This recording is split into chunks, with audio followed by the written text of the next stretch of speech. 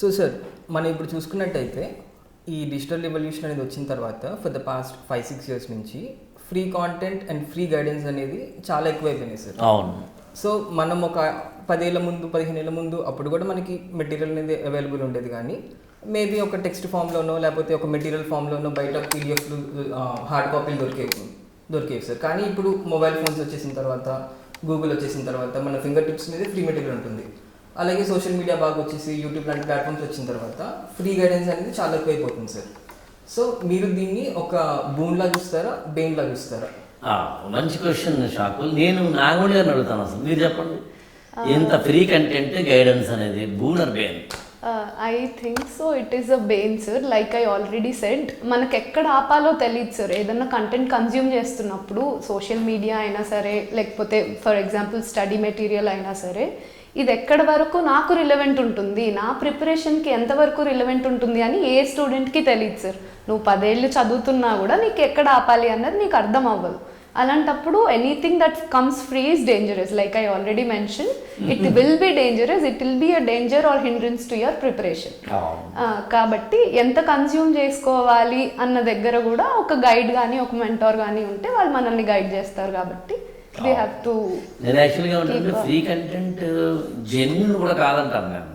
అంటే జెన్యున్ కాదంటే ఇచ్చే వాళ్ళకి జెన్యున్ అది. అవును సార్. తీసుకునే వాళ్ళకి. ఎందుకని అంటే వాళ్ళు జనరలైజ్డ్గా చెప్తారు.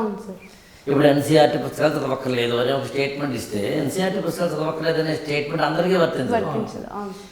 కొంతమందికి వర్తిస్తుంది, కొంతమందికి వర్తించదు.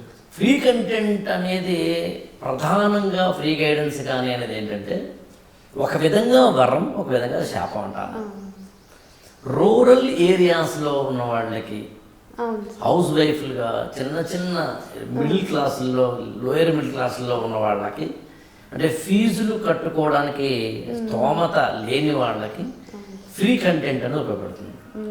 కానీ అక్కడ కూడా మళ్ళీ మెంటర్ కావాల్సింది. అవును సార్. ఎక్కడ ఆపాలి, ఎక్కడ ఆగాలి అన్నది తెలియాలి. ఎంత తీసుకోవాలి, ఎంత తీసుకోకూడదు, ఏ కంటెంట్ ఏంటంటే. నేను దీన్ని చిన్న ఫార్ములా చేశాను యాక్చువల్గా. అంటే ఫ్రీ కంటెంట్ అనే దానికి సంబంధించిన చిన్న ఫార్ములా. సివిల్ సర్వీసెస్ ప్రిపరేషన్లోకి అసలు నేను వెళ్ళాలా వద్దా, వెళ్ళక్కర్లేదా, వెళితే ఏంటి, వెళ్ళకపోతే ఏంటి, వెళ్ళాలనుకుంటున్నాను వద్దనుకుంటున్నాను, ఉన్న జాబ్ మానేయాలా, నాకు ఆల్రెడీ హౌస్ వైఫ్ని, నేను చేయగలనా, ఇలాంటి కన్ఫ్యూజన్స్ అనే ఒక స్టేజ్ ఉన్న ఎవరైతే ఉంటారో, ఫేజ్ నెంబర్ 1 అనుకుంటే, ఆ ఫేజ్ ఆఫ్ ద కన్ఫ్యూజన్లో ఉన్నవాళ్ళు please need not to meet ఎవరిని కలవాల్సిన అవసరం లేకుండా డిజిటల్గా మనకు లభిస్తున్న ఫ్రీ కంటెంట్ ద్వారా, ఫ్రీ మెటీరియల్స్ ద్వారా, ఫ్రీగా వచ్చే ఒక గైడెన్స్ ద్వారా అవేర్నెస్ తీసుకురండి. అక్వైంటెన్స్ అండ్ అవేర్నెస్ కోసం తీసుకో. Step number 1. స్టెప్ నెంబర్ 2 ఏంటంటే, ఈ ఫ్రీ కంటెంట్ అనే దాని ద్వారా, ఫ్రీ గైడెన్స్ ద్వారా మాత్రమే ఐఏఎస్ అవ్వాలనే దుస్సాహసం వద్దు. It's very dangerous. అప్పుడు కోచింగ్ వెళ్ళాలా, ఆఫ్లైన్ కోచింగ్కి వెళ్ళాలా, ఆన్లైన్ కోచింగ్కి వెళ్ళాలా, మెంటరింగ్ మాత్రమే తీసుకోవాలా, సెల్ఫ్ స్టడీ చేసుకోవాలా అనే ఒకనొక కన్క్లూషన్కి రావడానికి ఈ ఫ్రీ గైడెన్స్లోంచి ఇన్పుట్స్ తీసుకుని, ఇన్సైట్స్ తీసుకుని ముందుకెళ్ళి. ఇది స్టెప్ నెంబర్ 2. స్టెప్ నెంబర్ 3, నువ్వు ఎక్కడో ఒకటి కోచింగ్ అయితే తీసుకుంటావుగా, ఎక్కడో ఒకటి ఏదో ఒక రూపంలో నీకైతే కంటెంట్ లభిస్తుంది కదా, అప్పుడు అసలు ఫ్రీ కంటెంట్ మీద దృష్టి పెట్టకు. అంటే నువ్వు ఒక మెంటరింగ్లో జాయిన్ అయ్యావు, లేదా ఒక కోచింగ్లో జాయిన్ అయ్యావు, అప్పుడు వాళ్ళ మాటే విను, ఫ్రీ కంటెంట్ జోలికి వెళ్ళకు.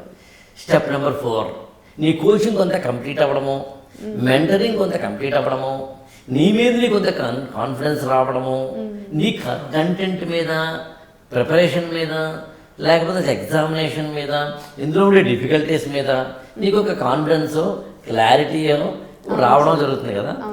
కొన్ని రిమోట్ ఏరియాస్కి, ఉదాహరణ ఎకనామిక్ సర్వే ఉంది, తెలంగాణ లేదా ఆంధ్రప్రదేశ్ స్టేట్ ఎగ్జామ్స్ రాస్తుంటే కనుక సోషియో ఎకనామిక్ అవుట్లుక్ ఇటు ఏపీ గవర్నమెంట్ కానీ తెలంగాణ గవర్నమెంట్ కానీ ఇస్తాయి.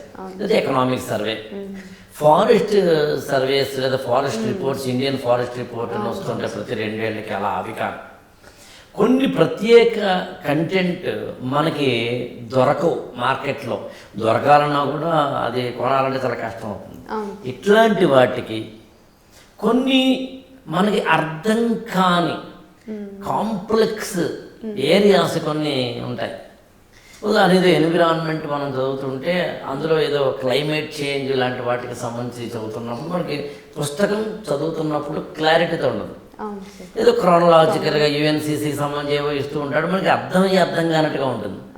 డూ వన్ థింగ్, గూగుల్ని అడుగు, లేదా దాని మీద ఎవరైనా ఒక వీడియో చేస్తే విను, అంతే, అక్కడ ఆగిపోవాలి. దాన్ని ఎడిట్ అవ్వడం మొదలు పెడితే మళ్ళీ ప్రమాదం. సో అది కూడా ఇందాక నాగమణి మీరు చెప్పినట్టుగా నీకు అక్కడ కూడా ఒక మెంటార్ ఉంటేనే బెస్ట్.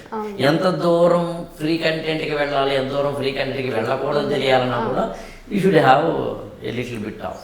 మీరేమంటారు? I totally agree sir. ఇప్పుడు మీరు అన్నట్టు ఏదైనా ఒక డౌట్ ఉంది, అది క్లియర్ చేసుకోవాలి, గూగుల్ సెర్చ్ చేయాలి, లేదా ఒక ఇష్యూ బేస్డ్ టాపిక్ వరకు ఒక 5-10 నిమిషాలు వీడియో చూడాలి అంటే అది హెల్ప్ అవుతుంది ఒక రకంగా. అలా ఆ పాయింట్ ఆఫ్ వ్యూలో చూస్తే మనకు అది బూనే సార్. అలా కాకుండా దాంట్లోనే పడిపోయి నా ప్రిపరేషన్ మొత్తంగా నేను ఈ ఫ్రీ కాంటెంట్ మీదే బేస్ చేసుకుంటానంటే మాత్రం అది ఇబ్బంది అవుతుంది సార్. ఇంకోటి ఏంటి, ఫ్రీ కంటెంట్ అనే దాంట్లో లక్ష్మీకాంత్ బుక్, ఎన్సీఆర్టీ పుస్తకాలు, మరొక పుస్తకము నాకు తెలిసి అవి ప్రింటెడ్ ఫార్మాట్లో మాత్రమే కాకుండా ఫ్రీగా కూడా టెలిగ్రామ్ ఛానల్స్ లాంటి వాటిలో దొరుకుతాయి. అంటే నేను వ్యక్తిగతంగా ఇంకొక ఆధర్ రాసిన, అది whether it is government or private, author రాసిన బుక్స్ మార్కెట్లో దొరుకుతుంటే మాత్రం దాని పీడిఎఫ్ ఫార్మాట్లో ఫ్రీగా వెళ్ళడం అనేది నేను ఎందుకో అది అనైతికలు అంటాను. అంత డబ్బు లేకపోయినా ఏమైనా లక్ష్మీకాంత్ పుస్తకం మార్కెట్లో కొన్ని చదవడమే సరైన పద్ధతి. మార్కెట్లోనే దొరకనప్పుడు దట్ ఈస్ డిఫరెంట్ స్టోరీ.